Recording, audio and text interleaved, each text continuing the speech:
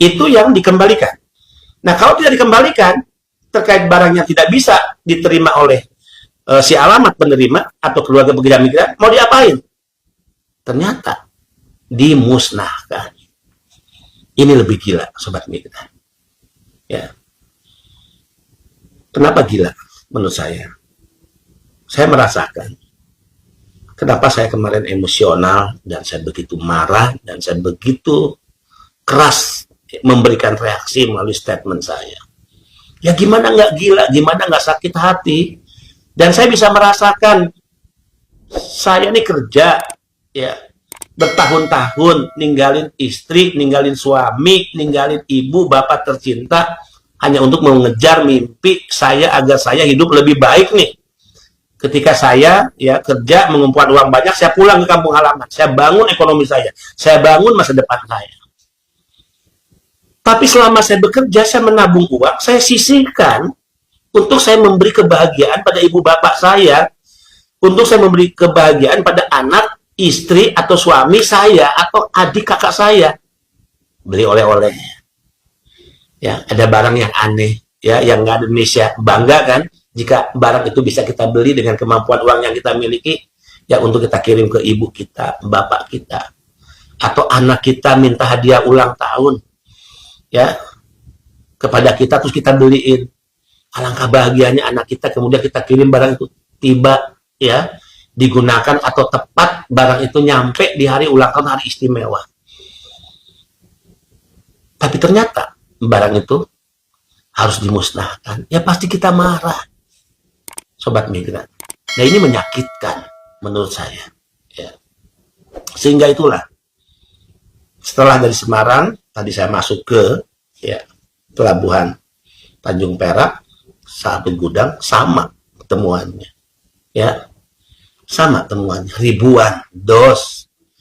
Tadi nih saya ingin ungkap ya, saya akan tanya kepada pihak si PJT-nya, Pak, barang-barang ini adalah barang yang dikategorikan barang apa?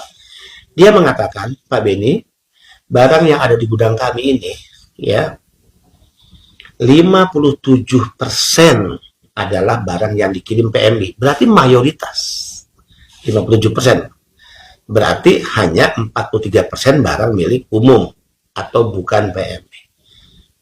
Jadi kalau kita lihat tadi ribuan jumlahnya, saya bayangkan ya, apa saja barang itu. Begitu banyak pasti jenisnya, begitu banyak pasti jumlahnya, dan pasti dikirim oleh pekerja migran, sobat migran dari berbagai negara. Kan gitu ya. Terus barang itu nggak nyampe di hari istimewa. Terus barang itu nggak bisa tiba bersamaan dengan kebutuhan hari raya Idul Fitri. Terus sebagian dari barang itu harus kembali ke pengirim, atau sebagian dari barang itu akhirnya dimusnahkan. Kita marah. Sehingga itu sobat migran, masalah yang benar-benar ada di hadapan kita.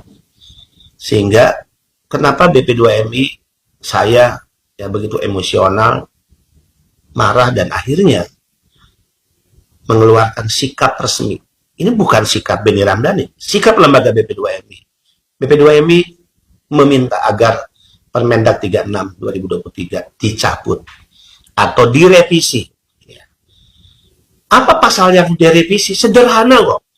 Kita mungkin tidak akan mempersoalkan dari keseluruhan pasal, keseluruhan ayat yang ada di peraturan itu. Tidak. Satu aja. Misalnya, kalau mau lebih sederhana, jangan dibatasi barang yang dikirim oleh PMI. Ya. Jangan dibatasi.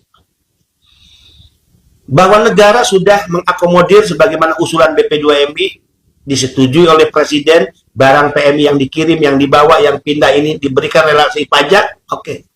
Kita berterima kasih kepada Bapak Presiden. Kami berterima kasih kepada Menteri Keuangan. Tapi menjadi ya derajat dan nilai relaksasi atau keringan itu seolah-olah hilang karena di satu sisi kita mendapatkan relaksasi, tapi di sisi lain kita dipersulit dengan pembatasan, ya, dengan jumlah tertentu kita membawa barang. Jadi seolah-olah apa arti ya dengan relaksasi pajak ini? Dan saya bisa pertanggungjawabkan secara moral bahwa usulan BP2MI tidak pernah, demi Allah, BP2MI tidak pernah bicara tentang pembatasan barang PMI dari sisi jumlah dan jenis. PMI tegak lurus istiqomah, ya, bahwa usulan kami adalah negara harus hadir, PMI pahlawan devisa, maka negara berikan dong kepada mereka agar mereka yang mengirim barang, mereka yang membawa barang diberikan kemudahan dan kemurahan biaya. Sehingga dapatlah, ya kan, 3 kali kirim misalnya, kemudian 1.500 US dollar untuk PMI. Ya, membawa handphone misalnya, ya, dapat relaksasi 2 handphone gratis. Tapi bukan berarti, ya, tiba-tiba lahir pembatasan. Kita tidak pernah. Di pikiran saya, dalam perjuangan BP2MI adalah contoh.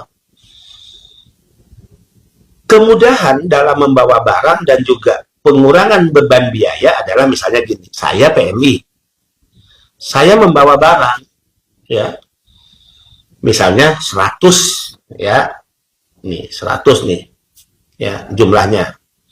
Misalnya sepatu 5. Oke, kalau negara misalnya belum bisa membebaskan semua, sebagaimana yang sudah keluar nih, PMK-nya, Peraturan Menteri Keuangan, yang dibebaskan 2 ya, misalnya ilustrasi nih. Oke, 2 bebas ya, berarti 3 bayar. Kan gitu ya. Baju, oke, 15 bebas ya, negara nih. Oke, kalau saya bawa baju 30, boleh dong. Masa nggak boleh? 15, nggak bayar? Oke, 15, kita bayar dong. Kan gitu. Ini apa-apaan dibatasi, ya. Padahal tidak ada ancaman apapun dari barang-barang milik PMI. Yang saya juga masih bertanya hingga hari ini. Apa sih maksud pembatasan kemudian muncul dramatisasi seolah-olah kalau tidak dibatasi barang PMI ini akan mengganggu ekonomi, produk-produk lokal dan produk nasional. Ayo please come on, sampaikan ke kita dong. Hitung-hitungannya gimana? Kenapa PMI selain dicurigai diposisikan sebagai ancaman bagi perekonomian nasional? Apakah mereka tidak sadar PMI lah justru yang membantu ekonomi negara? PMI yang justru membantu ekonomi nasional? PMI yang justru membantu ekonomi keluarga? Please, ayo hitung. Kalau saya selalu mengatakan di tahun sebelumnya 159,6 triliun PMI menyumbangkan devisa. Sobat Migran, kita buka data terbaru. Terakhir, sumbangan devisa PMI kepada negara ini 220 triliun. Apakah itu bukan bantuan dan kontribusi nyata PMI untuk ekonomi negara ini?